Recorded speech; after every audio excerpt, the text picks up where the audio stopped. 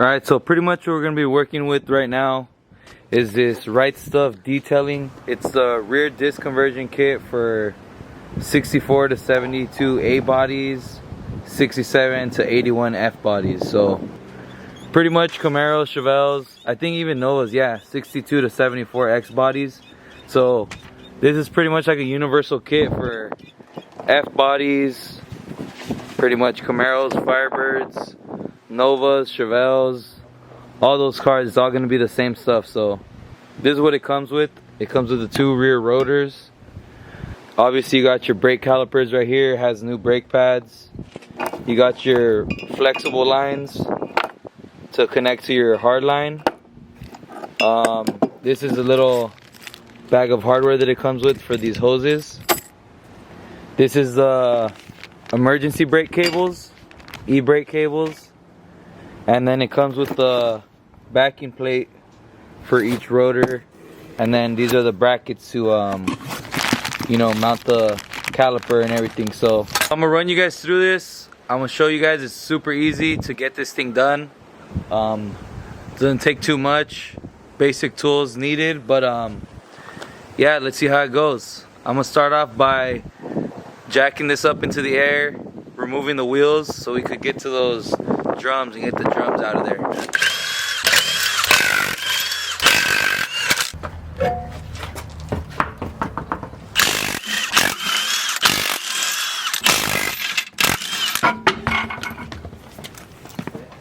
Alright guys, so we're gonna start first down under the car. We're gonna start by removing the diff cap. Pretty much all of them either got a 10 bolt or a 12 bolt. So you're gonna start by removing all these bolts. And you want to put a tray under this because this stuff is really bad and thick gear oil. It smells and you don't want this spilling on the floor. So remove the bottom ones first, then slowly go around the top. That way once it does open up, it starts spilling out the bottom. I hate power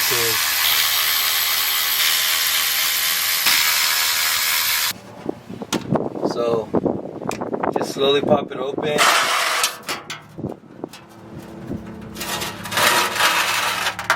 Get all that oil out too. So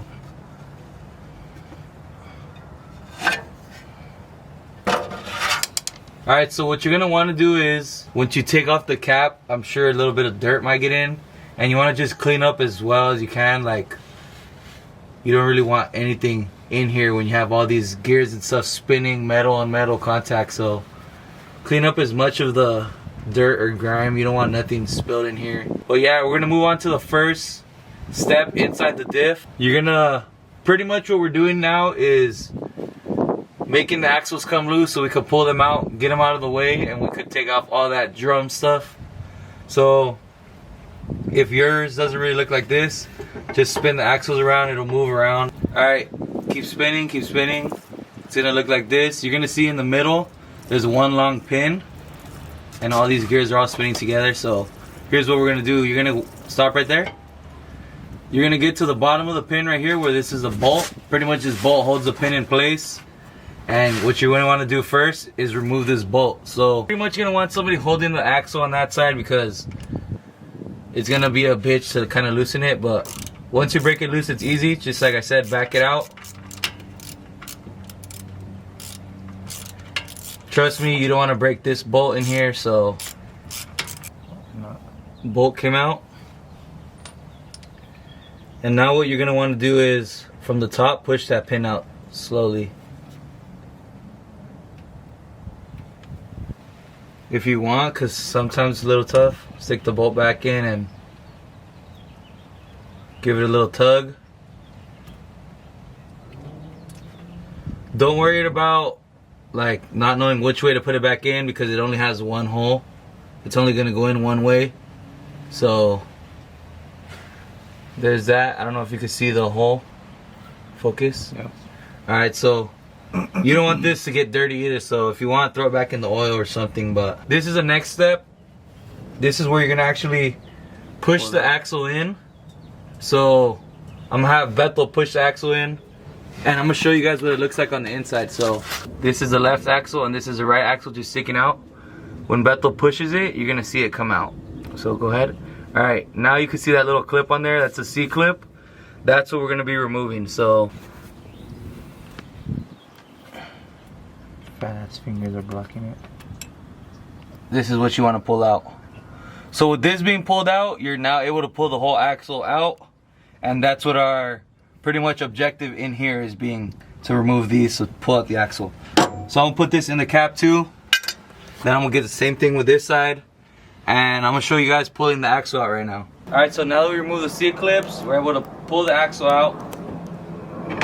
Super simple, guys. Just be real. Some oil's coming out, so we do some cardboard down real quick. But like I said, super simple. Pull this out. And yeah, we could just sit this down here for now. This is what we're gonna be messing with here. Look. Also on this, you don't want to get really much any dirt on the axles either, especially on the teeth or anything or the shaft. But I don't know if you could come get a closer look. We got 4 bolts on here, pretty much holding all this junk onto the rear end. So that's what we're gonna go after. Removing those 4 bolts, pull all this stuff off.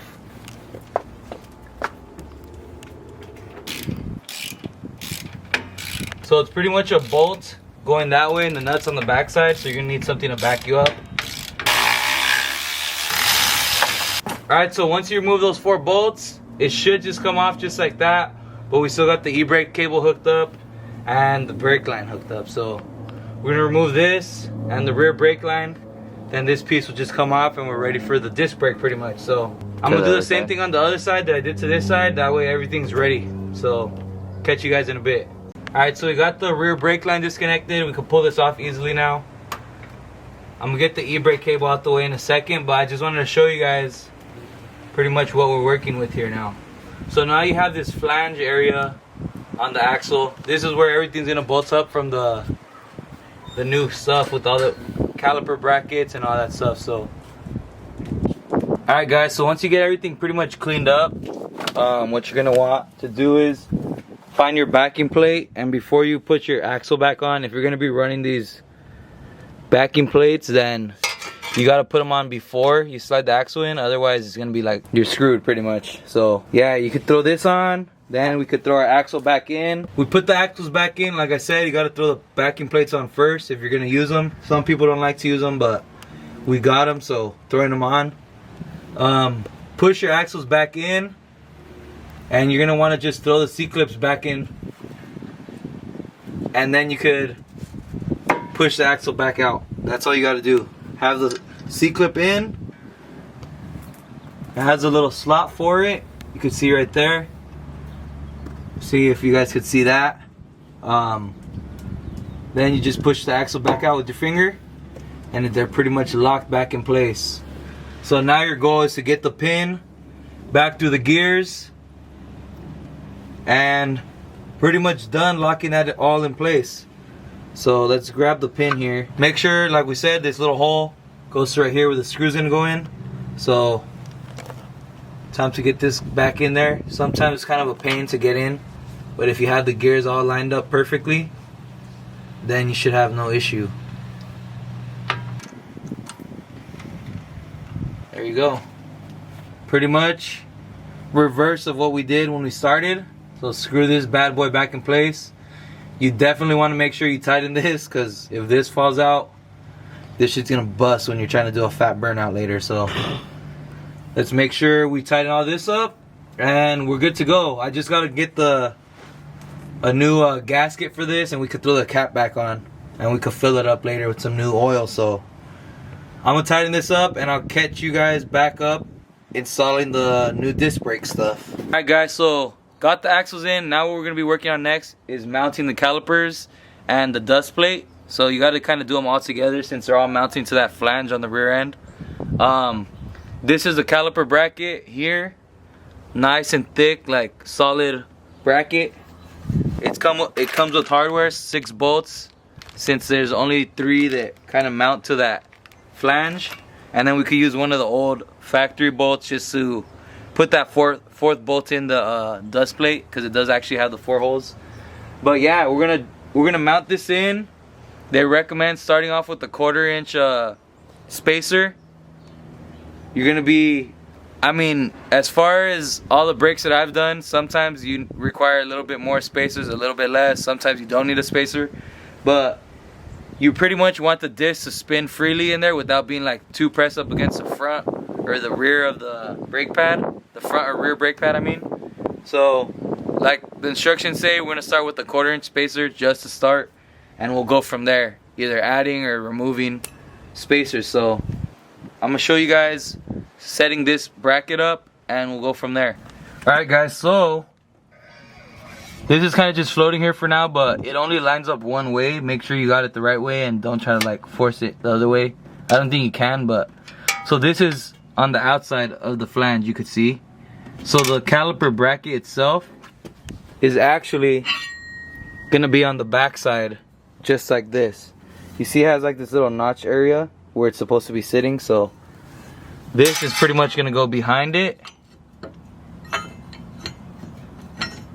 just like that, and the bolts are gonna come through and hold all this stuff together at the same time. So it's kind of hard to record and do this all with one hand, but I'm gonna see if Bethel could grab the camera in a second. All right, so what you're gonna want to do is start with the bolts that they give you in the kit.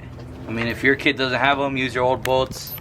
Depends on what you're working with. So what you're gonna want to do is pretty much throw them into the flange. How we get the plate all lined up too. So like I said, start with that 1/4" spacer. Throw this on there and slide this on over all these bolts you just put in.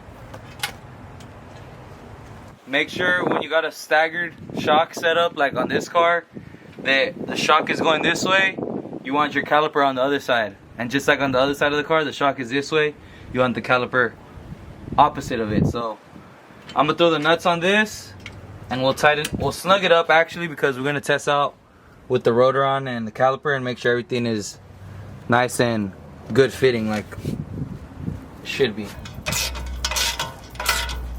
Alright guys, already huge difference from this crusty shit, the drum. So here you go with this. This is pretty much what it's gonna look like. You gotta clean off around this a little bit, but this is pretty much what it's gonna look like. And yeah, once you get the caliper on, I'm gonna clean this up real quick so the rotor could sit better, but get the caliper mounted and see how it spins. Alright, so if you're not too familiar with brake calipers, this is like first time doing brakes or something, they normally just have these two bolts to mount up to the bracket. So in this case, these ones just slide out. They're not like screwed in or anything, but this kind of all has to go in one piece with the brake calipers, with the brake pads.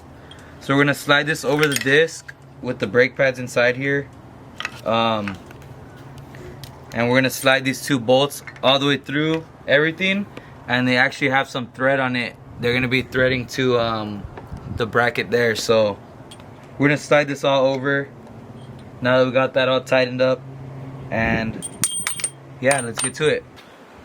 Alright guys, that's pretty much it for the disc brake install. You pretty much got to throw these last bolts through the caliper and the bracket, caliper bracket. So it has this upper one and lower one, and you tighten it. Just like we were talking about earlier, that 1/4" spacer, I ended up having to remove it because it was too much, and so this thing wasn't able to spin freely.